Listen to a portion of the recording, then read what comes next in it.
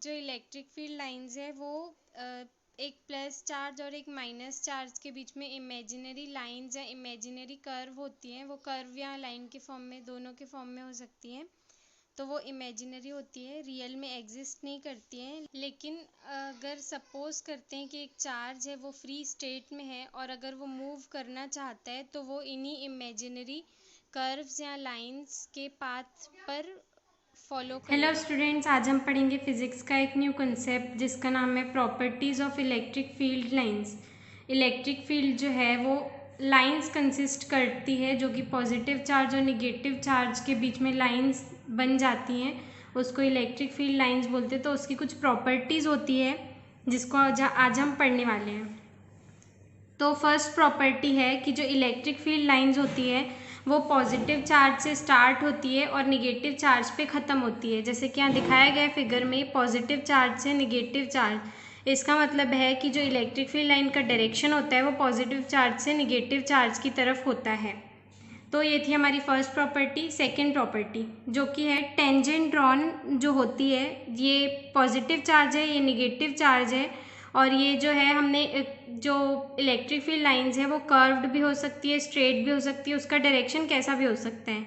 तो यहाँ पे हमने कर्व्ड ड्रॉ किया है, पॉजिटिव से निगेटिव होता है जो कि हमने फर्स्ट प्रॉपर्टी में देखा। तो किसी भी पॉइंट पे अगर हम इलेक्ट्रिक फील्ड लाइंस के किसी भी पॉइंट पे अगर हम टेंजेंट ड्रॉ करते हैं तो वो हमें इलेक्ट्रिक फील्ड लाइन का डायरेक्शन बताती है। वो जो टेंजेंट हमने ड्रॉ किए, मतलब कि इस पॉइंट पे हमने टेंजेंट ड्रॉ किए तो इलेक्ट्रिक फील्ड का डायरेक्शन ऐसा होगा।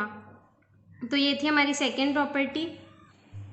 तो हमारा थर्ड पॉइंट है कि field lines never intersect each other. जो फील्ड लाइंस होती है वो कभी भी इंटरसेक्ट नहीं करती।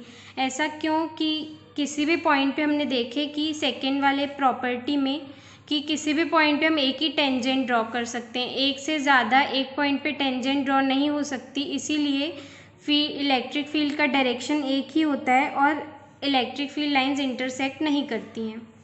फोर्थ प्रॉपर्टी है नेवर फॉर्म्स क्लोज लूप। जो इलेक्ट्रिक फील्ड लाइंस है वो क्लोज लूप नहीं बनाती। क्लोज लूप मतलब कि ये जैसे कि ये प्लस चार्ज है और ये माइनस चार्ज है, तो वो किसी भी ऐसे क्लोज्ड फॉर्म में कभी नहीं होती। जैसे कि ये फिगर में दिखाया गया, ऐसी कभी नहीं होती, ऐसा नहीं होता। इनका डायरेक्शन या तो सीधा हो सकता है या कर्व्ड हो सकता है या कुछ भी हो सकता है, ऐसे हो सकता है, कुछ भी। वो डायरेक्शन फाइंड करेंगे तो आ जाते हैं। फिफ्थ प्रॉपर्टी है हमारी, फिफ्थ प्रॉपर्टी है कि जो इलेक्ट्रिक फील्ड लाइंस है अगर वो पास पास होती हैं तो वो स्ट्रॉन्ग इलेक्ट्रिक फील्ड बनाती हैं, और अगर इलेक्ट्रिक फील्ड लाइंस दूर दूर होती हैं तो वो वीक इलेक्ट्रिक फील्ड कंसिस्ट करती है। इसीलिए जो यहाँ पे दिख रहा है फिगर में कि अगर जो पास वाली लाइंस है वो स्ट्रॉन्ग इलेक्ट्रिक फील्ड बनाती हैं और जो दूर दूर वाली लाइंस है वो वीक इलेक्ट्रिक फील्ड बनाती हैं। हमारी सिक्स्थ प्रॉपर्टी है कि अगर कोई चार्ज सिंगल है, मतलब कि सिर्फ प्लस है या सिर्फ माइनस है, तो वो स्टार्ट या फिर एंड इन्फिनिटी पे होती है। ये कैसे होती है हम फिगर से देखते हैं आगे। तो हम सिक्स्थ प्रॉपर्टी को फिगर के थ्रू समझते हैं कि ये अकेला प्लस चार्ज है जिसका डायरेक्शन आउटवर्ड तरफ है, मतलब कि इसकी जो फील्ड लाइंस है वो बाहर की तरफ जा रही हैं। इसका मतलब कि जो प्लस चार्ज है वो हमेशा आउटवर्ड रहता है और ये इन्फिनिटी पर ख़त्म होता है। ये कितना भी जा सकता है, कितना भी जा सकता है। और जो निगेटिव चार्ज है उसका डायरेक्शन अंदर की तरफ होता है, इनवर्ड होता है, इसलिए ये इन्फिनिटी से आती हैं और ये निगेटिव चार्ज पे ख़त्म होती है। तो ये हमेशा ही होता है कि जो पॉजिटिव चार्ज का डायरेक्शन है वो आउटवर्ड होता है और जो निगेटिव चार्ज का डायरेक्शन है वो इनवर्ड होता है।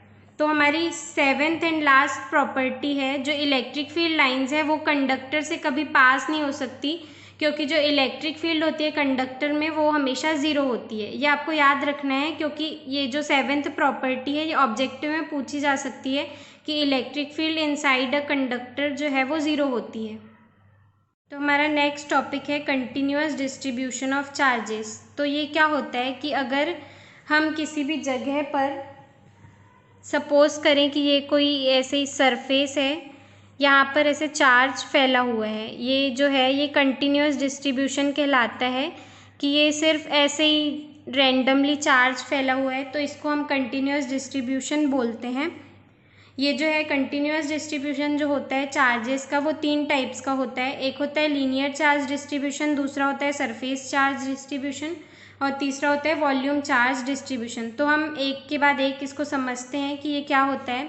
जो लीनियर चार्ज डिस्ट्रीब्यूशन होता है वो किसी भी एक लाइन में होता है। सपोज करते हैं, यहाँ फिगर भी बना हुआ है कि वो कर्व में भी हो सकता है या एक सीधी लाइन में। ये कर्व है तो इसमें लाइन से चार्जेस डिस्ट्रीब्यूट किए हुए हैं, मतलब कि ये एक ही डायरेक्शन में, या तो कर्व में हो सकता है या फिर सीधा हो सकता है। ये जो चार्ज डिस्ट्रीब्यूट किए लीनियर है, इनका डिस्ट्रीब्यूशन लीनियर है, इसलिए इसे लीनियर चार्ज डिस्ट्रीब्यूशन कहा जाता है। तो लीनियर चार्ज डिस्ट्रीब्यूशन का एक फॉर्मूला होता है जिसमें कांस्टेंट होता है lambda is equals to d q upon d l. Lambda जो है उसको हम लीनियर चार्ज डेंसिटी बोलते हैं। लैम्डा को लीनियर चार्ज डिस्ट्रीब्यूशन नहीं बोलते हैं, लैम्डा को लीनियर चार्ज डेंसिटी बोलते हैं, जिसका फॉर्मूला होता है d q upon d L. तो अगर हम इसको वर्ड्स में डिफाइन करेंगे तो कैसे करेंगे कि अगर किसी पर चार्ज की क्वांटिटी है किसी बॉडी पर या लीनियरली एक लाइन में, उस पर जो चार्ज की क्वांटिटी है पर यूनिट लेंथ पे, वो लीनियर चार्ज डेंसिटी के इक्वल होता है। तो हम इसको कैसे बोलेंगे, यहाँ लिखा भी हुआ है कि the quantity of charge present on conductor या फिर any body on any body per unit length is called linear charge density.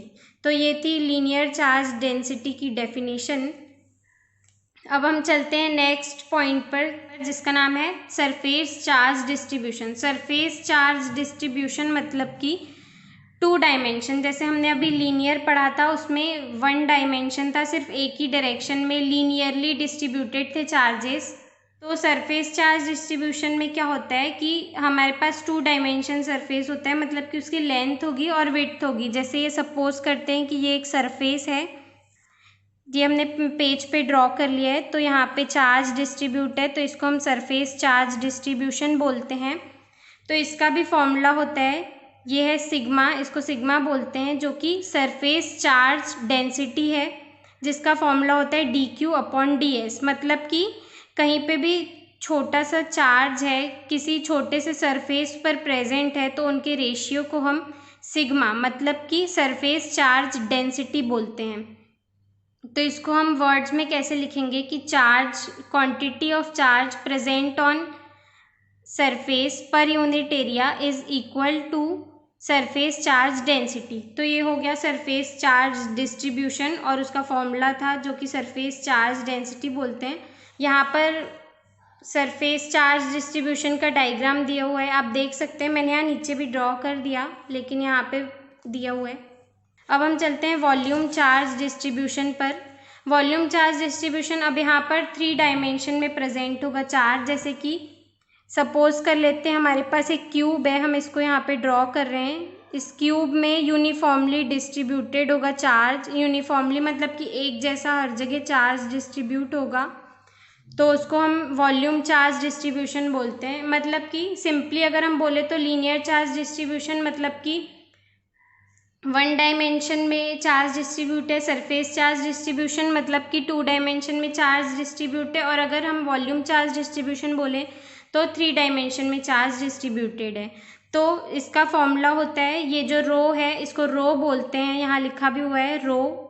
इसको बोलते हैं वॉल्यूम चार्ज डेंसिटी, जिसका फॉर्मूला होता है d q upon d v. मतलब कि किसी बॉडी पर चार्ज डिस्ट्रीब्यूट किया होता है पर यूनिट वॉल्यूम में, तो उसको हम वॉल्यूम चार्ज डेंसिटी बोलते हैं। Quantity of charge present on any body per unit volume is equal to volume charge density. तो ये थे हमारे आज के 2 कंसेप्ट। Thank you.